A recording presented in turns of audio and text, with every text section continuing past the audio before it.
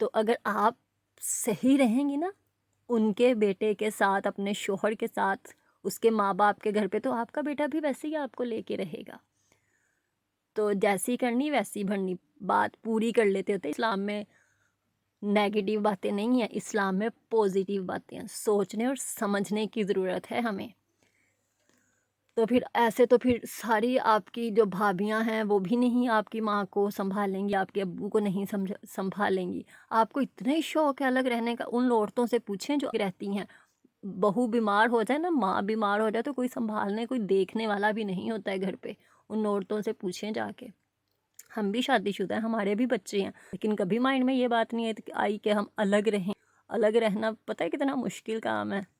بھی کسی عورت کو الگ رہنے ہی سوچنا چاہیے. آج کل کے زمانے میں تو بالکل بھی نہیں. جیسا یہ دور جا رہا ہے نا، جتنے حالات پاکستان کے خراب ہے، عورت کو بچوں کے ساتھ نہیں الگ رہنا چاہیے. جتنا کہ شوہر بیزی ہوتا ہے، سارا دن گھر سے باہر رہتا ہے، عورت کو ساس سسر کی کسٹڈی میں ہی رہنا چاہیے تو ہی بہتر.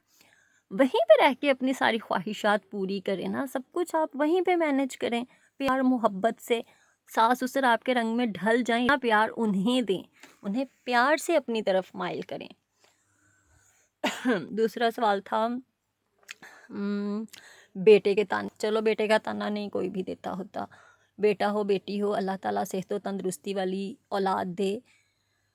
تو ہاں، بیٹا لینا ہر عورت کی خواہش ضرور ہوتی ہے. ہمارے صحابہ کرام کی بھی خواہشیں تھیں بیٹوں کی، وہ بیٹے مانگتے تھے اور انہیں بیٹے ہوتے تھے.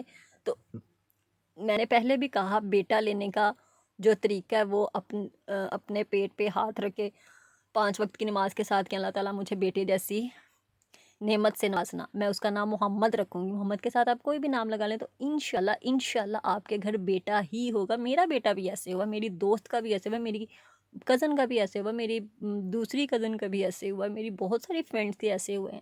بیٹا بولیں اللہ تعالیٰ مجھے بیٹے جیسی نعمت سے نوازنا، میں اس کا نام محمد رکھوں گی، تو بیٹا ہوگا انشاءاللہ. اور شوہر جو ہے وہ دل پہ ہاتھ رکھ کے یہ دعا کرے 5 وقت کی نماز کے ساتھ. تو آپ کی بیٹی کی بھی خواہش پوری ہوگی. دوسرا، آپ نے اپنی سبسکرائبرز سے معافی مانگی. اگر جو لوگ میرے سے ہیٹ کرتے ہیں، یار دیکھیں کسی سے ہیٹ نہیں کرتا. انسان جو باتیں کرتا ہے نا، جو اپنے منہ سے باہر ڈالتا ہے اپنے الفاظ، وہ لوگوں کو برے لگتے ہیں. جیسے کہ آپ بولتی ہیں اپنی ویڈیوز میں غلط باتیں. پھر سٹیچز کی بات کی کہ میرے سٹیچز، کل کسی نے کمنٹ کیا تھا آپ کی ویڈیو پہ کہ آپ کے سٹیچز کیسے ہیں، کہیں آپ نے خود ہی تو نہیں اپنے سٹیچز لگائے تھے. اور کیسے کمنٹ کرتے ہیں آپ کی اپنی چاہنے والی. دیکھیں کہ آپ کے سٹیچز کیسے ابھی تک ٹھیک ہی نہیں ہو رہے. آپ کی ڈاکٹر کو غصہ آ گیا کہ ایسی کون سی شادی تھی جس کو اٹینڈ کرنا تھا. آپ کی ڈاکٹر کو نہیں پتا آپ کا یوٹیوب چینل ہے، اور آپ 3 دفعہ رکشے میں بیٹھ کے گئی اور آپ نے گھر پہ ٹکا نہیں ہے. شادی کا لے کے شادی اٹینڈ کی، ساس نے یہ کہا، آنٹی نے کہا چلو کوئی مسئلہ نہیں. یار شادی ہو گئی، اس کے بعد آپ نے ریسٹ کیوں نہیں کی؟ اس کے بعد کا کیا سین ہے کہ واکر لینے جاؤ، کپڑے لینے جاؤ، شوز لینے جاؤ، رکشے میں جاؤ؟ یہ بھی تو آپ کہیں نا، اپنے آپ کو بھی تو غلط کہیں نا. آپ آنٹی کا نام لے رہی ہیں، آنٹی نے کہا چلو، اور وہ جب ٹانکے کھل جاتے ہیں نا پھر وہ خراب کیوں ہوتے ہیں یہ سمجھ ہے. کیونکہ میں نے نہیں آج تک سنا، کسی کا بھی ایسا نہیں سنا کہ وہ کھلنے کے بعد ہو گئے. کیونکہ کھلنے کے بعد تو وہ ٹھیک ہو جاتے ہیں نا، چلنا پھرنا ایزی ہو جاتا ہے. تو آپ کون سا پیدل گئی ہوں گی وہاں ہال میں؟ مطلب جتنا آپ نے شادی کو اٹینڈ کیا اتنا تو ہم لوگ گھر پہ ہی کام کر لیتے ہیں.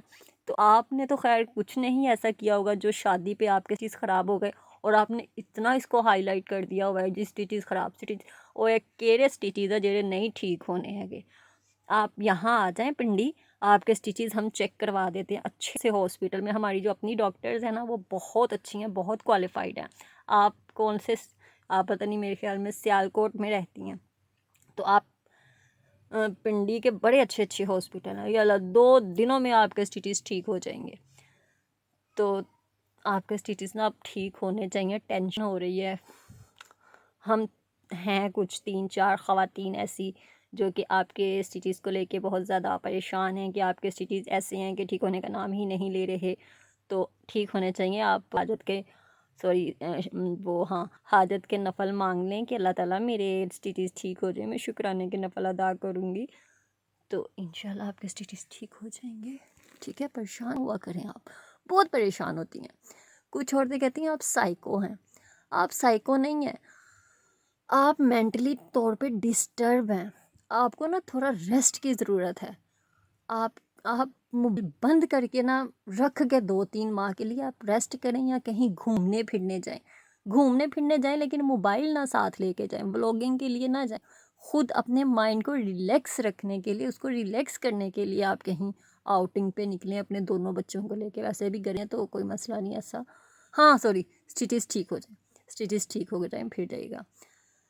تو یہ تھی میری چھوٹی سی ویڈیو. نہیں آپ لوگوں کو پسند آئے گی کہ نہیں آئے گی، جنہیں پسند آئے وہ لائک کر دیں، جنہیں نہیں آئی کوئی مسئلہ نہیں. اور جنہیں بیڈ کمنٹ کرنے ہیں وہ لکھنے سے پہلے بھاگ جائیں، نہ لکھیں، کیونکہ میں نے تو نیگیٹیو نہیں لینا، یا ڈیلیٹ کر دینا یا پازیٹیو لے لینا. تو تسی اتھے آ کے اپنا غصہ نہ کڑیا کرو، ٹھیک ہے. نہیں لائک کرنی تو مت کرو، ٹھیک ہے. اللہ حافظ.